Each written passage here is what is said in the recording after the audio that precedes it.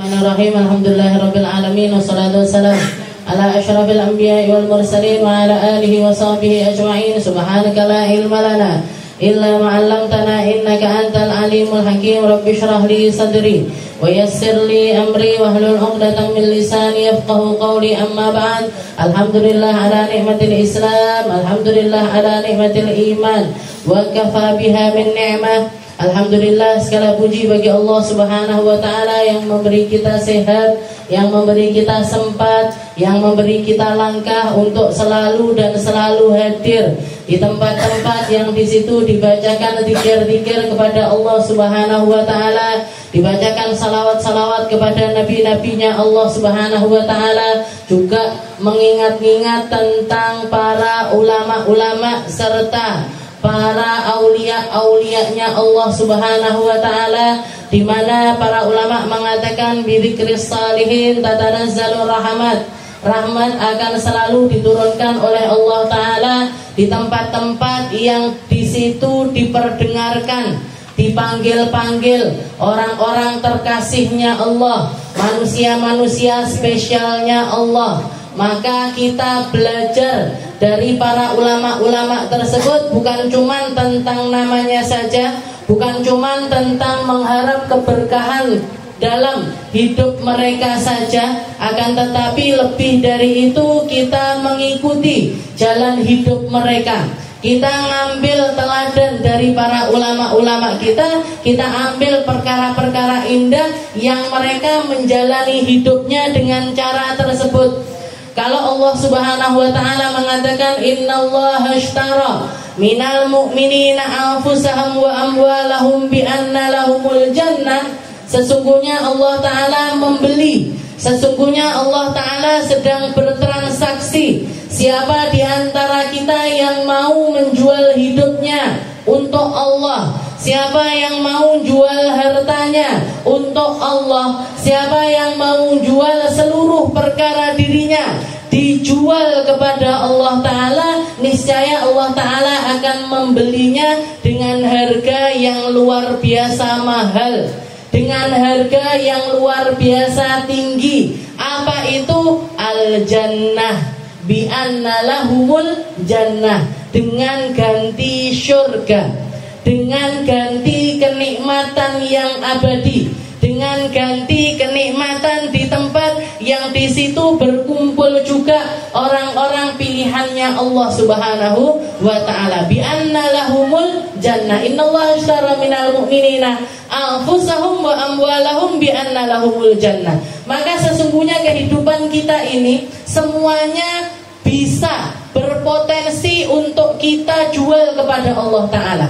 Kalau Nabi Muhammad mengatakan innal jannata hiyal ghaliyah, ala innal jannata hiyal ghaliyah, ala innal jannata hiyal ghaliyah, diulang-ulang sama Nabi sampai 3 kali. Yang mahal itu surga, yang mahal itu surga, yang mahal itu surga. Kenapa kok dikatakan surga itu mahal? Karena kamu tidak akan mampu membelinya, kamu tidak akan mampu membelinya kecuali dengan ketulusan hatimu, kecuali dengan iman yang ada di dalam hatimu. Kamu mau punya uang bertriliun-triliun sekalipun, bermiliar-miliar sekalipun, mau beli surga tidak akan bisa terbeli. Jangankan surganya, satu kerikil yang ada di dalam surga pun tidak akan mampu kita beli dengan harga berapapun. Tapi ketika kita menjualnya untuk Allah, dengan cara gimana? Kita jual lisan kita untuk Allah. Ya Allah, saya punya lisan yang engkau bentuk dengan luar biasa indah, jenengan rapikan, ditutup dengan gigi-giginya, ditutup dengan bibir-bibirnya. Saya pakai lisan saya untuk mengucap la ilaha illallah, saya pakai untuk bersalawat kepada Nabi, saya pakai untuk ngomong yang baik-baik, saya pakai untuk bicara tentang perkara-perkara yang indah, saya pakai untuk mengingatkan umat tentangmu, tentang nabimu, tentang orang-orang terkasihmu. Maka silahkan beli ini ya Allah. Silahkan beli ini dengan harga yang engkau pasti membelinya dengan yang sepantasnya, bahkan mesti lebih daripada itu. Sayangnya seringkali lisan pemberian Allah Ta'ala ini ya sesekali dipakai untuk zikir, ya sesekali dipakai untuk salawat, ya sesekali dipakai untuk ngomong yang baik-baik. Tapi kadang-kadang keplesut-plesut juga, ketelesut-telesut juga. Nggih, saiki pikiran dari jam 6:15 tadi sampai setengah 8 pikiran. Baru ngono ngaji sampai jam 8 atau setengah 9. Nggih, nyengklak motor ketemu karo koncone, "Kancamu sing kuwi kok ora teko nyapo?" "Oh, ngene. Enek masalah ngene. Sik di terasan. Sik ning parkiran." "Oh, ngono to ceritane. Terus piye?" Ngene. "Terus ane piye?" "Yo, pisan bablas neng gone warung sebelah kono, ngopi cantik sambil neruskan cerita. Yang diceritakan terusannya bukan yang di ngaji, nggih. Yang diceritakan terusannya bukan tadi apa ya pembahasannya, ayat keberapa ya suratnya, anunya, ndak. Liyo ceritane, nggih, cerita yang lain. Cerita. Jadi kalau Nabi Muhammad mengatakan wa atbi'is sayyi'atal hasanata tamhuha. Kamu itu kalau punya keburukan, ikuti dengan kebaikan, maka keburukan itu akan terhapus dengan kebaikan tersebut. Jangan sebaliknya, jangan sebaliknya. Wa atbi'il hasanata as-sayyi'ata, jangan kamu iringi kebaikan dengan keburukan. Jadi hadisnya niku, keburukanmu hapuskan dengan kebaikanmu. Jangan kamu sudah ngerti yang baik-baik tapi malah kamu tumpui dengan perkara-perkara yang buruk. Jangan kamu tumpui dengan ribah-ribahmu. Jangan kamu tumpui dengan namimahmu. Jangan adu domba sana, adu domba sini. Ngomong di sana begini, ngomong di sini begitu. Ngomong tentang orang ini sama orang ini begini, ngomong sama yang lainnya berbeda lagi. Jangan dirusak perkara yang kita persembahkan kepada Allah Ta'ala yang gak seberapa ini, ditumpui dengan dosa-dosa, ditumpui dengan maksiat-maksiat, ditumpui dengan kesalahan-kesalahan. Wes mandek, ele-ele prei, usahakan semaksimal mungkin agar kebaikan ini tadi langgeng, minimal sampai komah, minimal nyampe ke rumah kita bawa keberkahannya majelis ini. Jangan dirusak di tengah jalan, jangan dirusak di tempat-tempat lain, jangan dirusak dengan perkara-perkara yang akan meredupkan, yang akan mematikan, bahkan akan menghilangkan cahaya-cahaya yang diturunkan oleh Allah Ta'ala di setiap majelisnya. Bidzikris sholihin tatanazzalur rahmat. Katanya para ulama, dengan hanya menyebut namanya orang soleh, rahmatnya Allah Ta'ala turun di situ. Kita tahu persis mana yang baik, mana yang buruk. Kita tahu persis mana yang benar, mana yang tidak benar. Tapi kadangkala keburukan itu masih terus meliputi diri kita. Masih terus meliputi diri kita. Karena apa? Karena kita enggan untuk melepaskannya.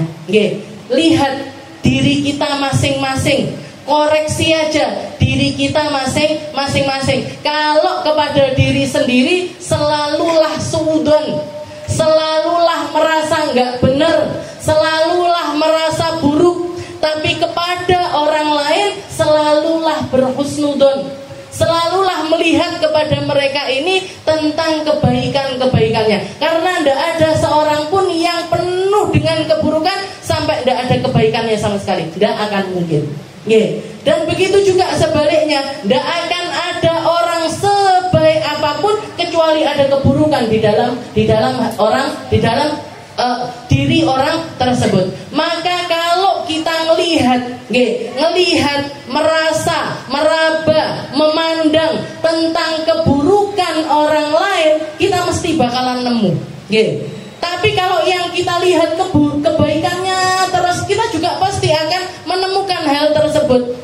Makanya kalau saya lihat para ulama-ulamanya kita, orang-orang solehnya kita, saya sering cerita ketika guru saya datang berapa tahun yang lalu, saya belum menikah, mungkin 10-an tahun yang lalu, putri dari guru saya, tapi juga termasuk guru saya, Ustazah Aisyah bintul Habib Umar bin Hafid, anaknya Habib Umar. Saya dulu sempat setoran Al-Quran kepada beliau. Ketika Habib Umar sekeluarga datang di Lirboyo, hari terakhir saya minta izin, Ustazah, saya sama kakak saya minta izin, Ustazah mbok ketulungagung biar Tulungagung kecipratan barokahnya, biar Tulungagung biar istilahnya jenengan nyampe ke Tulungagung, doain tempatnya kita. Cuman setengah jam kok Ustazah, dari Lirboyo ke sini cuman setengah jam. Dilihat katanya beliau, ya kita free, mulai dari habis zuhur sampai asar, keretanya itu habis asar. Akhirnya beliau mau datang ke sini, berapa mobil, nggak salah 2 atau 3 mobil. Teman-teman saya ngikut semuanya ke sini. Dalam hati ini yo seneng tapi yo sedih. Dalam hati ini seneng karena guru saya datang ke sini, sedih karena saya nggak punya apa-apa untuk dipamerkan. Murid ndak punya, sekolahan ndak punya, pesantren opo neh, jenengan belum hadir di majelis saya belum punya majelis, istilahnya masih, kalau nggak salah masih Rebu ini pun masih di Toha sana. Seringkali ngajinya itu kalau sudah malam hujan, karek wong loro tok atau orang 3, saya Bu Istiqomah, Bu Dina. Niku bolak-balik seperti itu. Majelis ini paling tua. Jadi saya nggak punya apa-apa untuk dipamerkan. Beliau dipameri toko, yo ndak heran, gitu. Dipameri toko ndak heran, dipameri dagangan ndak heran. Ini seneng karena beliau mau mampir, sedih juga kising tak pamerne opo. Yang mau saya perlihatkan ke beliau ini apa? Tapi akhirnya tetap kita ajak ke sini, duduk di sini seadanya. Apa saya di mobil nelpon guru-guru Darussalam suruh datang, guru-guru Al-Azhar suruh datang. Cuman itu waktu itu yang bisa kita calling, akhirnya pada datang. Ngumpul, beliau kilmah di sini. Jadi istilahnya tausiah sedikit sebentar karena waktunya juga terbatas. Saya juga istilahnya pokoknya saenake lah, Umi menyiapkan makanan dan lain sebagainya. Pulang saya antar sampai ke stasiun. Sampai ke stasiun. Terakhir ketika saya salaman terakhir, beliau mau naik kereta, beliau bisiki di telinga saya, tijarah mubarakah insyaallah. Tijarah mubarakah insyaallah. Katanya beliau apa? Dagangan yang membawa berkah insya Allah. Dagangan yang bawa berkah. Kenapa kok bisa beliau mengatakan yang semacam itu?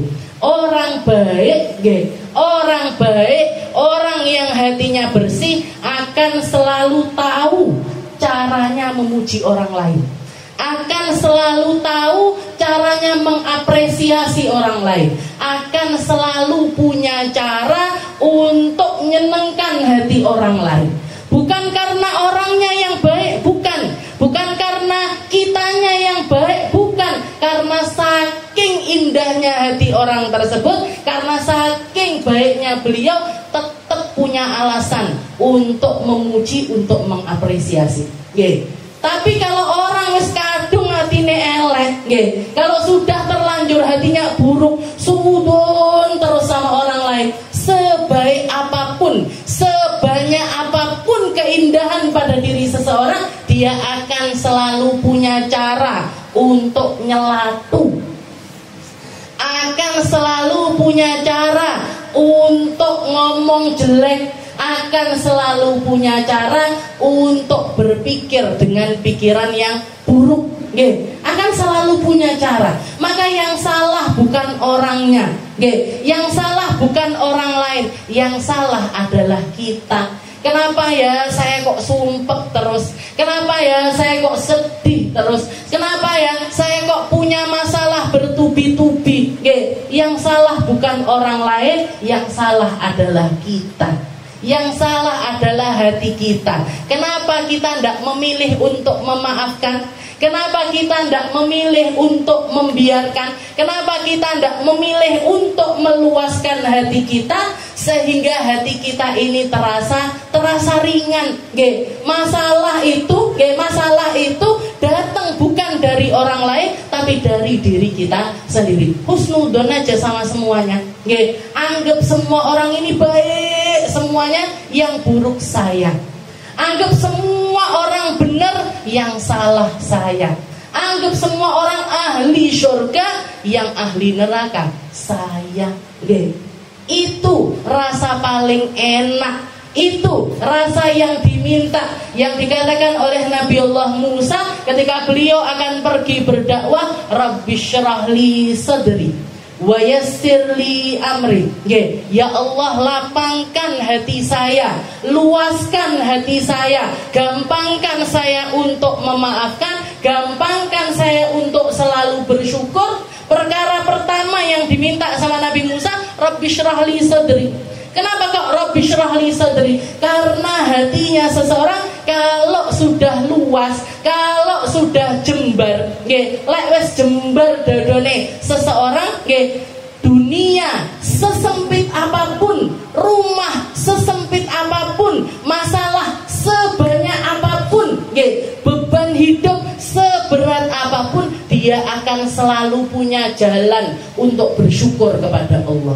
Dia akan selalu punya cara untuk berterima kasih kepada Allah Subhanahu wa ta'ala. Itu untuk orang-orang yang hatinya luas. Makanya yang diminta sama Nabi Musa, ya Allah, Rabbi syrahli sadri. Ya Allah, lapangkan dada saya, luaskan hati saya.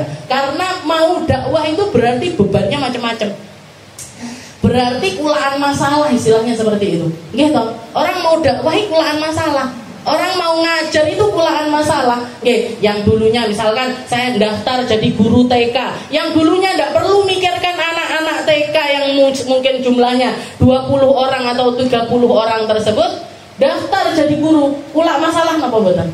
Kulak masalah. Iki kudu iso ngaji, sing iki ya kudu iso ngaji, sing iki kudu iso salat. Ini kulaan masalah sebenarnya. Orang ngajar, orang dakwah, orang bikin majelis-majelis kebaikan, orang melakukan hal semacam itu sebenarnya sedang kulaan masalah. Yang sebenarnya pertamanya dia bisa duduk leha-leha neng omahe, totok-totok orang, ustazah mau curhat begini. Ulaan. Tapi Nabi Musa paham itu, sadar akan hal itu, maka yang beliau minta dari Allah Ta'ala, Rabbi syrahli sadri. Ya Allah, ringankan beban saya, ringankan hati saya untuk bisa menampung semua masalah-masalah tersebut dan selalu bisa bersyukur atas setiap keadaan yang Engkau berikan. Tapi begitu sebaliknya, orang kalau sudah hatinya yang disempitkan sama Allah Ta'ala, mau punya harta sebanyak apapun, mau punya masalah sesedikit apapun, koyok dadi wong sing paling merana di atas muka bumi. Saya ngelihat ada anak umur SMA atau lulus kuliah seperti itu, aduh stres, butuh healing, bahasanya anak-anak sekarang itu. Ya Allah, kalau bisa ngomong masalah mungkin masalah apa?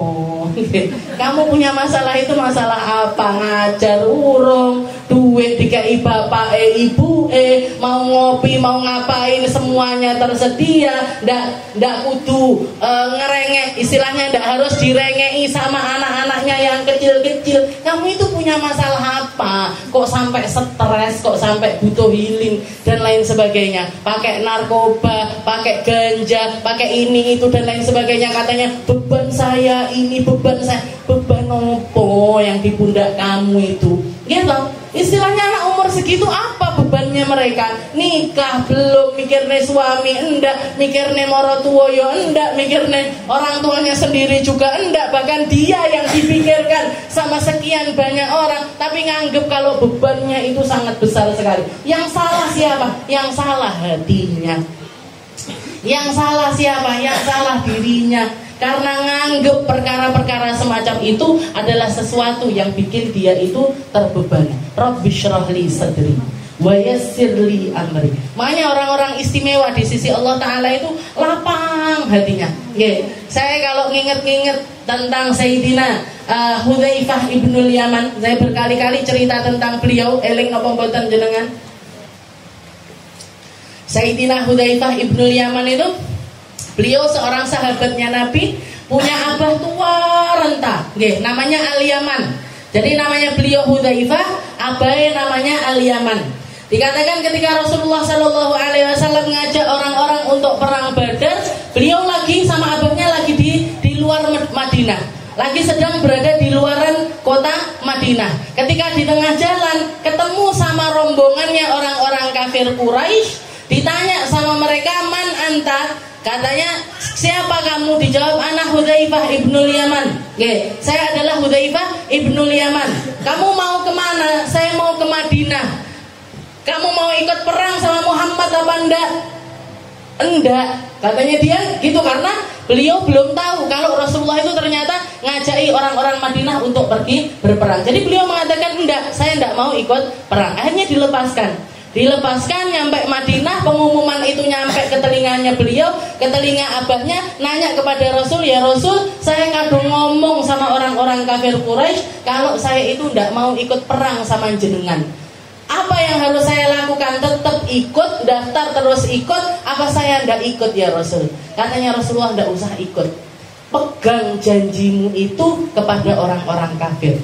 Bahkan kepada orang kafir pun disuruh megang janjinya sama Rasulullah Shallallahu Alaihi Wasallam. Akhirnya nggak ikut perang Badar. Perang Badar luput. Perang kedua, perang Uhud. Ketika Rasulullah ngajak orang-orang perang Uhud, beliau nggak nutup, istilahnya langsung cepet-cepet daftar. Karena yang pertama nggak komandan, akhirnya cepet-cepet ikut untuk perang yang kedua. Daftar beliau, Hudzaifah. Abahnya didaftarkan juga, Al-Yaman didaftarkan. Katanya Rasulullah, kalau Hudzaifah ini masih muda, ambil dia, kasih porsi untuk perang di bagian paling depan. Sedangkan abahnya ini orang tua renta, umurnya sudah sekitar 90-an tahun. Katanya Rasulullah, ndak usah melo ae lo, Yaman ini mbok nang omah ae, nggih, ngopi apa ngeteh sambil celup-celup roti, nggih. Di rumah aja sama istrinya enak, sudah umur 90-an. Kalau mau ibadah ya salat malam, tahajudan, doakan orang-orang yang sedang berperang. Katanya Al-Yaman, ya Rasul, kalau ndak sekarang saya ndak ngerti bisa punya kesempatan untuk perang, kalian jenengan malih napa boten. Akhirnya karena memaksa, akhirnya ikut perang. Umur 90 tahun ikut perang. Akhirnya sama Rasulullah dikasih bagian, dikasih orang umur 90. Jangan bayangkan kalau ada umur 90 zaman sekarang melaku dituntun, gitu. Kan seperti itu. Ini tua.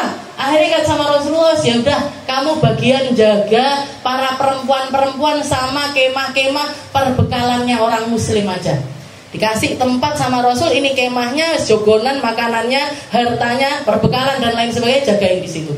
Berpasangan beliau sama satu orang lagi, sama-sama tuanya. Duduk-duduk jagain perbekalan di situ. Sambil ngobrol-ngobrol perang ini, orang-orang muslim perang melawan orang kafir. Katanya orang tua ini, dua orang ini ngobrol-ngobrol. Kita ini loh, umur sudah di ujung tanduk. Awake dhewe iki wis tuwek. Sekarang ikut perang sama orang-orang kafir, surga ada di depan mata, kok kita enggak mau ikut perang?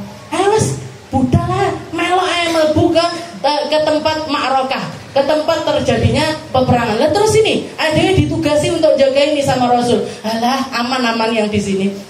Akhirnya dua-duanya ngambil pedang, satu ngambil pedang, satunya juga ngambil pedang, langsung masuk ke antara. Jadi karena perangnya sudah berkecamuk, akhirnya mereka masuk di antara pasukan-pasukan tersebut. Yang satunya, orang tua yang satunya masuk di antara orang-orang kafir, masuk di antara orang-orang kafir Quraisy. Nyabutnya pedang beberapa kali, kena tusuk sana, kena tusuk sini, kena panah sana, kena panah sini, langsung tersungkur, mati syahid. Yang satunya. Sedangkan Al-Yaman, bapak-bapak tuwek panjenengan masuk ndak ngerti mana yang golongan kafir, mana golongan muslim, masuk ke tempatnya orang muslim, langsung nyabut-nyabutkan pedang, kena juga. Akhirnya para sahabat ini setelah selesai peperangan nanya, ya Rasul, yang satu bapak ini meninggal syahid, sedangkan bapaknya Hudzaifah ini dia mati di tengah-tengah golongannya orang muslim. Karena mereka tidak tahu ini sebenarnya musuh apa teman, mati. Akhirnya dipanggil Hudzaifahnya. Wahai Hudzaifah, bapakmu gini, diceritakan sama Rasul. Katanya Rasulullah, kalau kamu mau insyita, kalau kamu mau akan aku bayar ganti dari bapakmu, dari kewafatan bapakmu ini akan aku ganti dengan 100 ekor unta. Tak kei 100 ekor unta ya, untuk ngadem-ngademi hatimu. 100 ekor unta. Kalau unta satu harganya 25 juta, kalau 100 berapa? 2,5 M. Jenengan nek ditawani 2,5 M, apa ngene? Bu, dapat bapaknya meninggal dikasih 2,5 M. Ibunya meninggal dikasih 2,5 M. Ngeten apa ngeten? Katanya Sayyidina Hudzaifah, Sayyidina Hudzaifah mengatakan, ya Rasul, innahu aradal jannah wa qad hasalah. Ya Rasul, dia masuk ke medan perang pengennya dapat surga, pasti Allah Ta'ala sudah kasih dia surga. Pasti Allah Ta'ala sudah ngasih dia surga. Maka saya tidak butuh dengan harta tersebut. Silahkan kembalikan, bagikan sebagaimana ghanimah pada umumnya, bagikan kepada mereka-mereka yang berhak. Langsung waktu itu juga Rasulullah jatuh cinta sama Hudzaifah ibnul Yaman, karena akhlaknya, karena keindahan hatinya, karena luasnya hatinya, nerimo dengan kejadian langsung loh nih, masih di medan perang Badar, masih di dalam Ma'rakatul Badar, tapi dia bisa mengambil keputusan seindah itu karena tahu persis yang diharap-harap niku adalah surga di sisi Allah Subhanahu wa Ta'ala. Langsung Rasulullah ada rasa kepada Hudzaifah. Itu kejadian pertama. Kejadian kedua ketika beliau perang, ketika perang yang ketiga, perang Khandaq, di tengah-tengah malam yang gelap gulita, yang dingin luar biasa, badai sangat negeri Madinah dan sekelilingnya itu kena angin yang sangat dingin dan juga sangat kencang, orang-orang semuanya selimutan. Rasulullah nanya, siapa di antara kalian yang bersedia untuk pergi ke tengah-tengah kemahnya orang kafir, nyari tahu apa yang sedang mereka lakukan?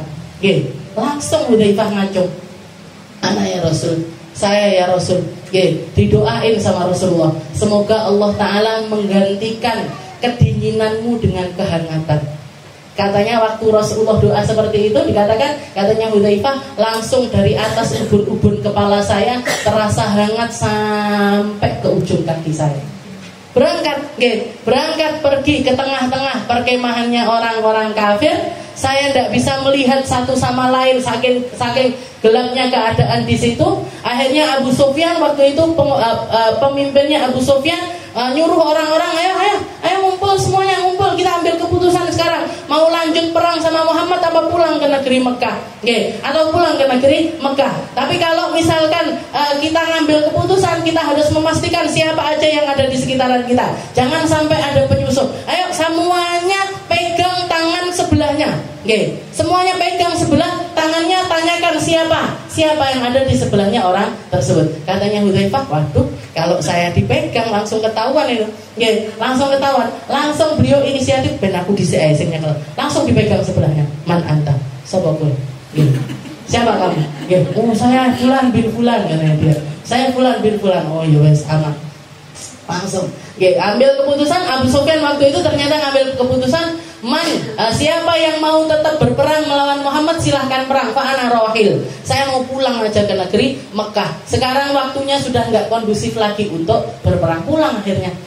Pulang, datang Hudzaifah ngelapor sama Rasulullah SAW, wes kabur kabeh ya Rasul, semuanya sudah pulang ke negeri Mekah. Itu keadaan yang kedua. Maka dikatakan sejak saat itu Rasulullah selalu menitipkan rahasia terbesarnya kepada Hudzaifah. Bahkan nama-nama orang-orang munafik, orang-orang munafik yang kelihatannya muslim, tapi ternyata mereka adalah orang-orang yang dengki dengan Islam, itu semuanya nama-namanya dilaporkan kepada Hudzaifah ibnul Yaman. Makanya julukannya beliau Sahibu Sirrin Nabi, orang pemegang rahasia-rahasianya Rasulullah Shallallahu Alaihi Wasallam. Orang pemegang rahasianya Nabi. Maka dikatakan bahkan rahasia yang bahkan Sayyidina Abu Bakar, Sayyidina Umar pun nggak ngerti.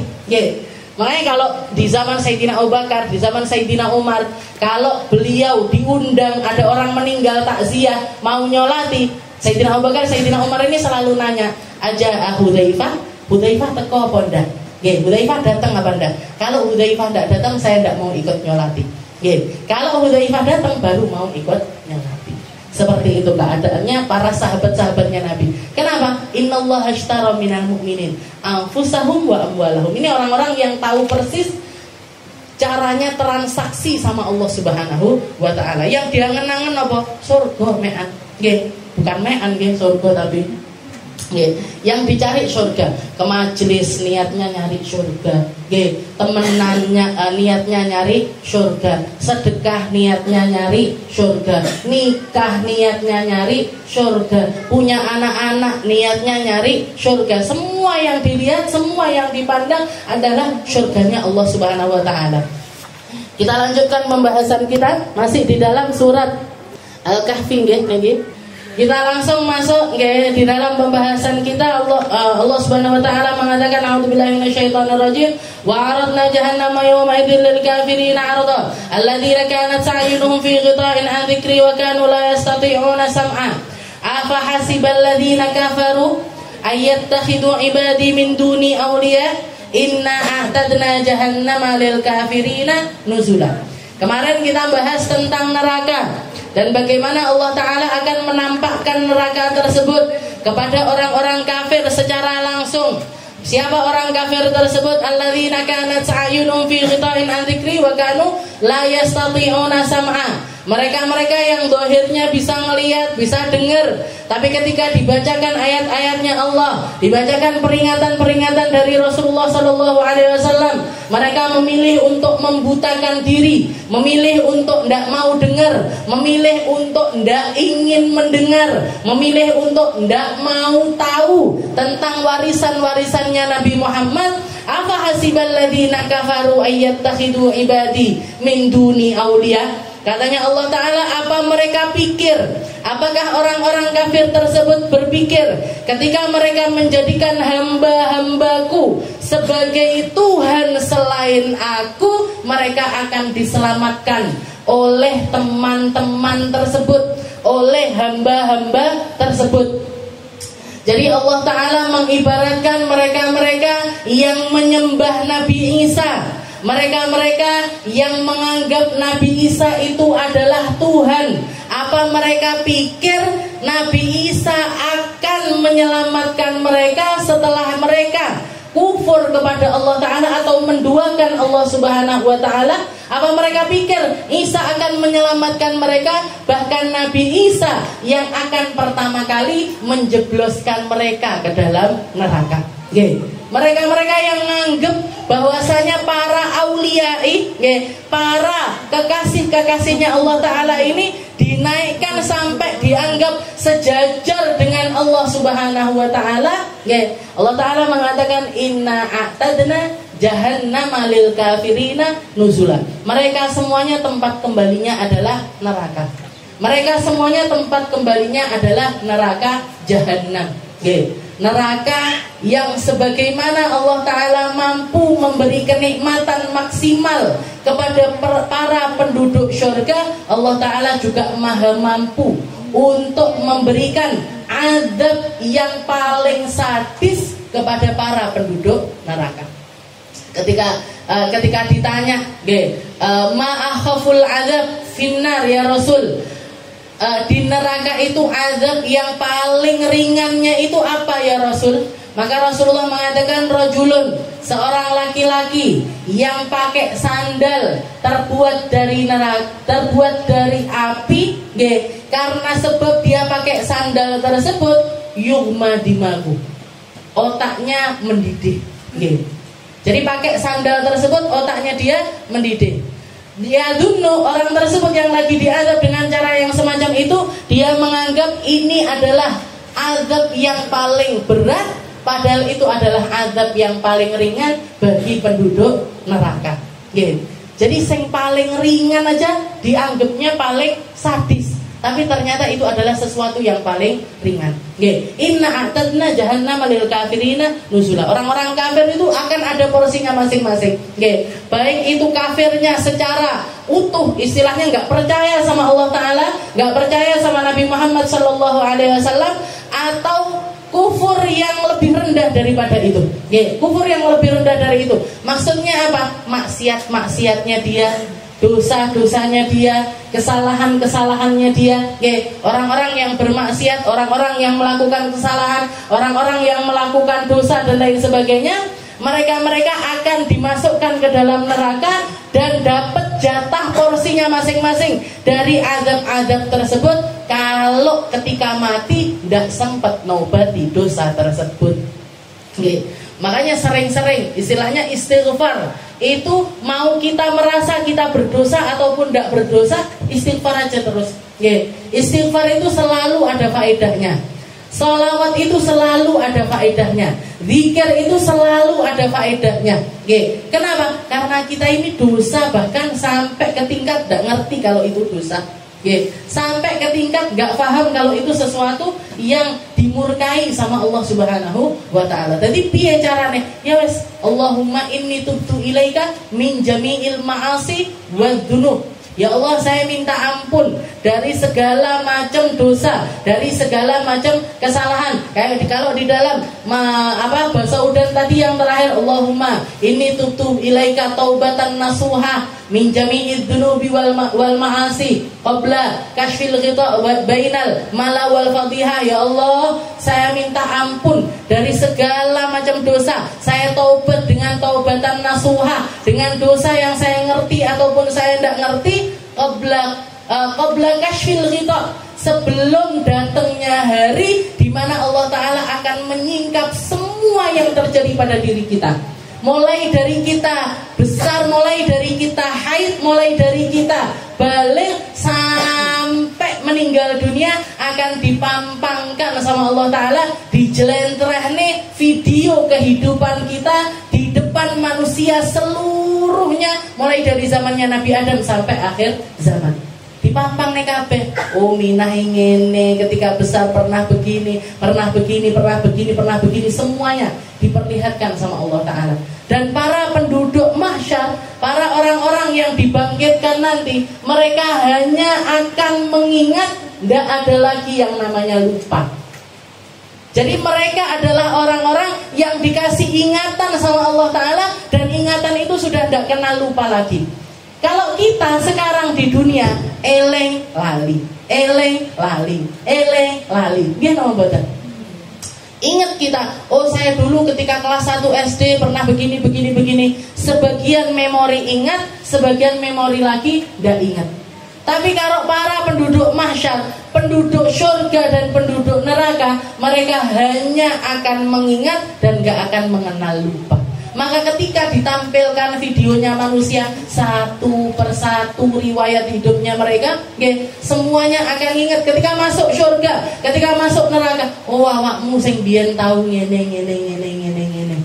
Kok tahu? Itu filmnya sudah diperlihatkan sama Allah Ta'ala, sudah dipampangkan untuk diperlihatkan kepada seluruh penduduk mahsyar. Makanya qabla kashfil ghita, sebelum Allah Ta'ala menyingkap semua aib kita, sebelum Allah Ta'ala buka semua kesalahan kita, sebelum Allah Ta'ala mengumbar seluruh hal-hal yang memalukan dari diri kita, kita taubati dulu dosanya, kita taubati dulu kesalahannya, kita minta ampun sama Allah Ta'ala dengan taubatan nasuha. Dengan taubat nasuha. Taubat nasuha ini apa? Taubat yang kita tidak akan mau mau baleni terhadap hal tersebut lagi.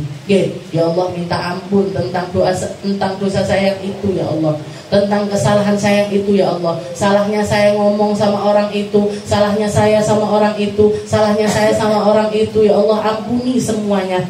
Ampuni semuanya. Kembalikan hati saya dengan mereka itu dalam keadaan yang sebaik-baiknya hati. Qabla kashfil ghita bainal mala wal fadhiha. Makanya minta ampunnya dengan taubah nasuha.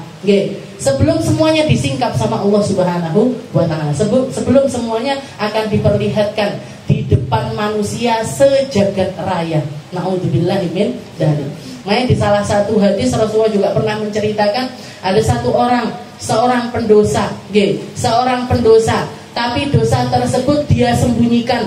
Karena dosa kalau diperlihatkan, ditampakkan, dituduhne, Allah Ta'ala mungkin mengampuni. Tapi urusannya sama orang-orang yang tahu ini tadi, orang-orang yang ngerti ini tadi, dia akan protes. Ya Allah, orang itu dulu pernah berbuat dosa itu,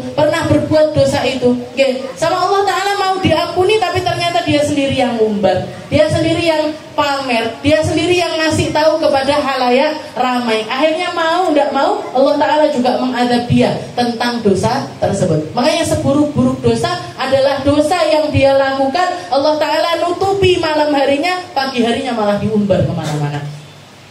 Diumbar. Karena kenapa? Kalau sudah diumbar, Allah Ta'ala tidak punya cara untuk mengampuni dosa tersebut.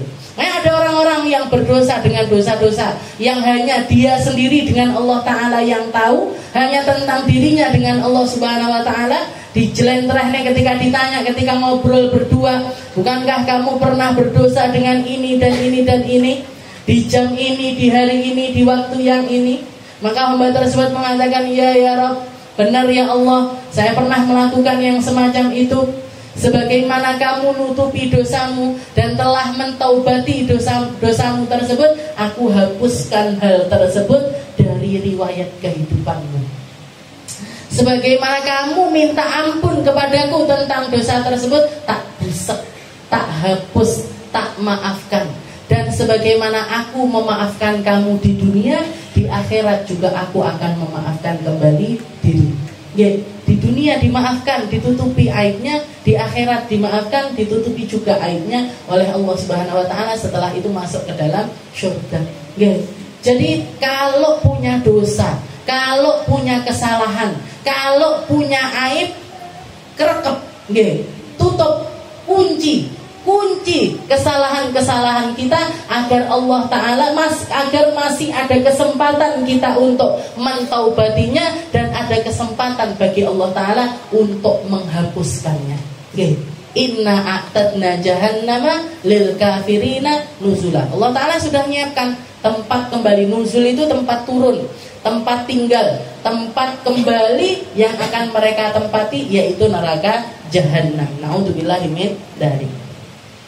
Setelah itu Allah Ta'ala mengatakan, hal nunabbiukum bil akhsarina a'mala alladzina dhalla sa'yuhum fil hayatid dunya wa hum yahsabuna annahum yuhsinuna sun'a.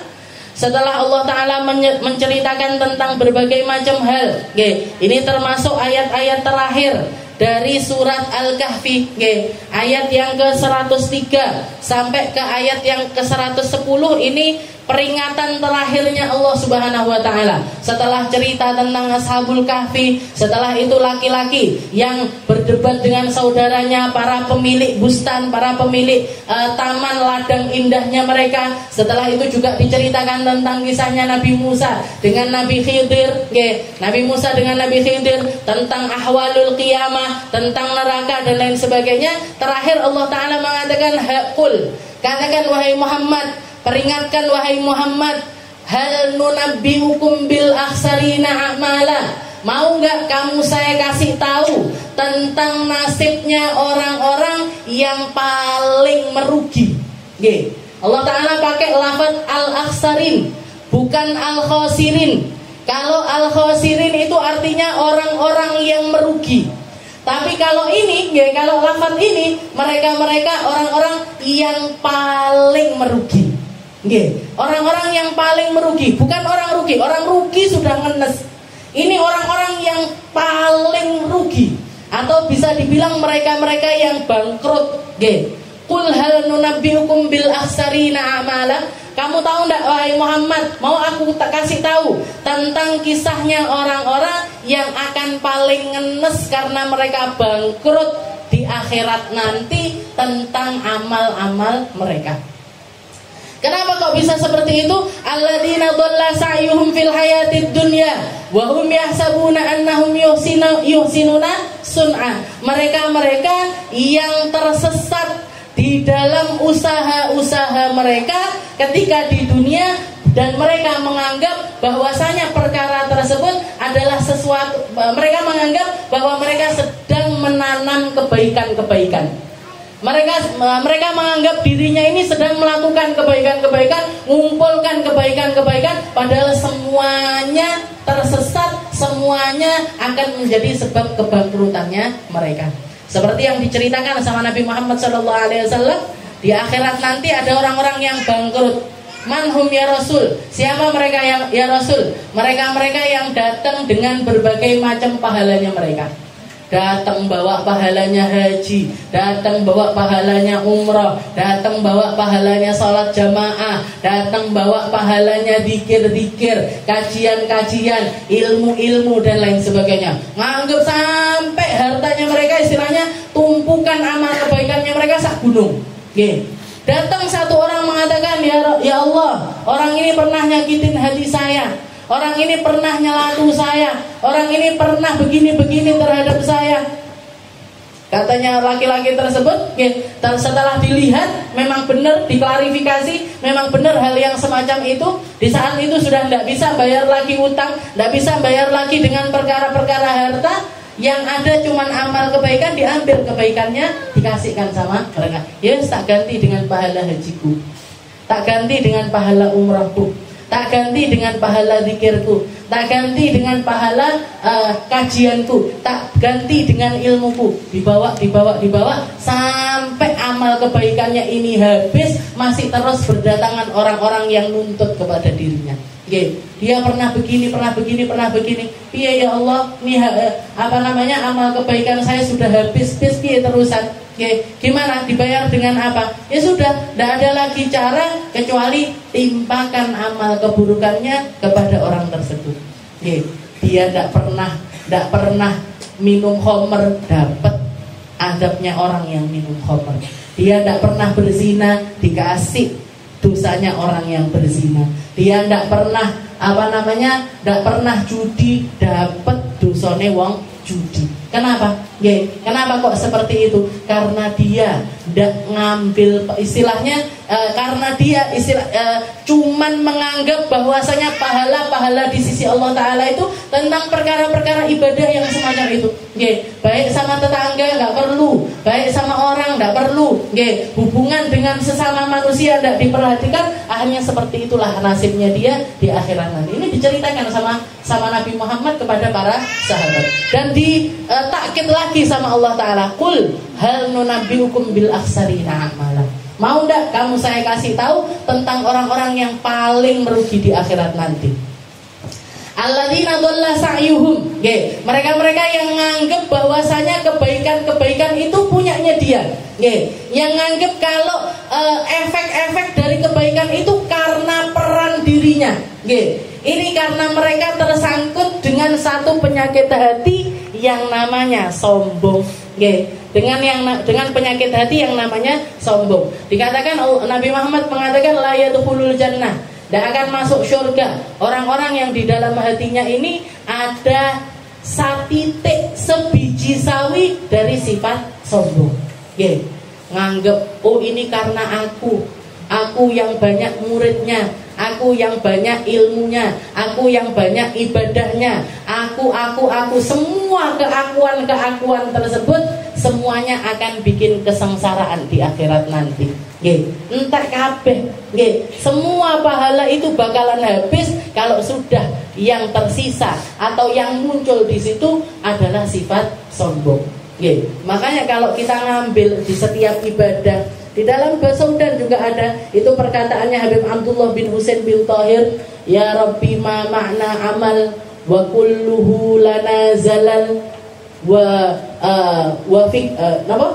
yang terakhir itu ya Allah biha ya Allah biha, okay. Beliau mengatakan ya Rabbi ma makna amal, ya Allah apa nilai dari amal saya ini apa. Kata-kata ini keluar dari seseorang sekelas Habib Abdullah bin Husain bin Thahir yang karangan ilmunya luar biasa banyak, muridnya banyak. Di setiap harinya beliau baca subhanallah, subhanallah 25.000 kali, alhamdulillah 25.000 kali, Allahu Akbar 25.000 kali, salawatnya 25.000 kali. Itu Habib Abdullah bin Husain bin Thahir.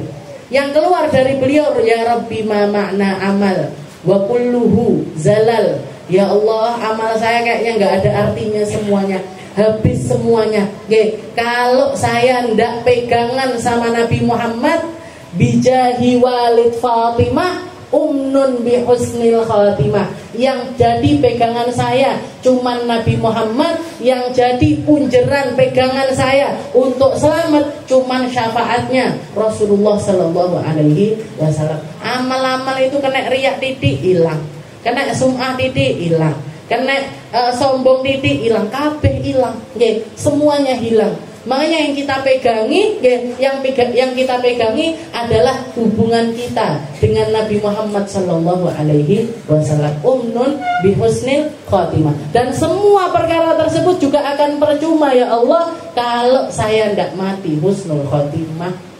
Yang diminta sama beliau itu umnun ya Allah biha ya Allah biha ya Allah bihusnil khatimah. Para ulama kan berdebat, bihanya ini kemana? Karena di awal nadum sudah langsung ya Allah biha, ya Allah biha, ya Allah bihusnil khatimah. Biha ini kalau jenengan belajar bahasa Arab, hanya ini kan domir yang kembali kepada sesuatu yang lain. Padahal sebelum sesuatu tersebut, sebelum lafaz tersebut tidak ada lafaz apa-apa. Tidak ada lafaz apa-apa, tapi langsung ya Allah biha, ya Allah biha, ya Allah biha. Bihanya ini kembali kemana? Ya Allah dengannya, ya Allah dengannya, ya Allah dengannya.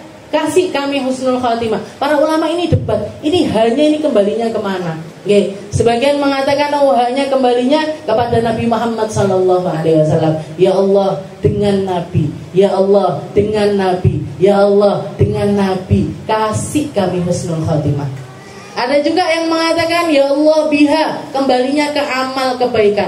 Ya Allah mbuh sing ndi yang bikin saya husnul khatimah saya tidak ngerti. Entah karena sedekah saya kah, karena salawat saya kah, karena zikir saya kah, karena apapun kebaikan itu yang manapun, kasih kami husnul khatimah. Jadi kalau tidak kembalinya kepada Nabi Muhammad, kembalinya kepada amal-amal kebaikan. Ya Allah biha, ya Allah biha, ya Allah bihusnil khatimah. Kenapa kok seperti itu? Biar nggak jadi orang yang rugi. Biar nggak jadi orang yang merugi. Qul hal nabiyukum bil akhsarina amala alladzina dhalla sa'yuhum fil hayatid dunya wa hum yahsabuna annahum yuhsinuna sun'a. Mereka-mereka yang bikin peradaban, mereka yang bangun ini, menganggap karena saya, ini saya yang bikin, ini saya yang semuanya yang kembali kepada dirinya, semuanya akan dihapuskan oleh Allah Subhanahu wa taala. Ulaikal ladzina kafaru bi ayati rabbihim wa liqaihi fa habitat a'maluhum fala nuqimu lahum yaumal qiyamati wazna. Mereka-mereka yang kufur dengan ayat-ayat Tuhan dan juga tidak percaya dengan hari pertemuannya dengan Allah Ta'ala, mereka akan, semua yang mereka lakukan akan habitat, akan hilang, akan sirna. Fala nuqimu lahum yaumal qiyamati wazna. Dan ada sedikit pun yang bisa ditimbang dari perkara-perkara yang mereka pamerkan tersebut. Kabeh jerumuskan mereka ke dalam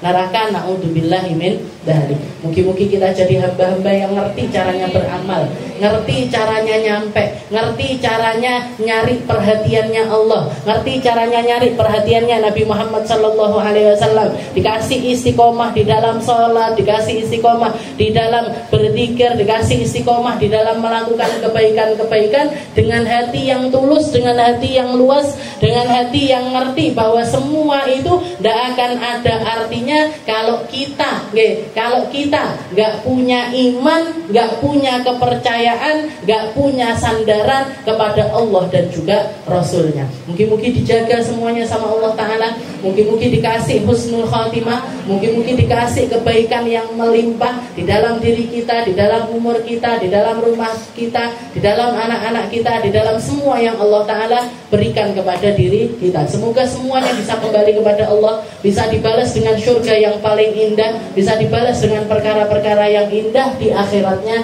Allah Subhanahu wa Ta'ala. Ala hadhihi niyah wa ala niyatin salihah wa ila hadratin Nabi Muhammad sallallahu alaihi wasallam bisirril Fatihah.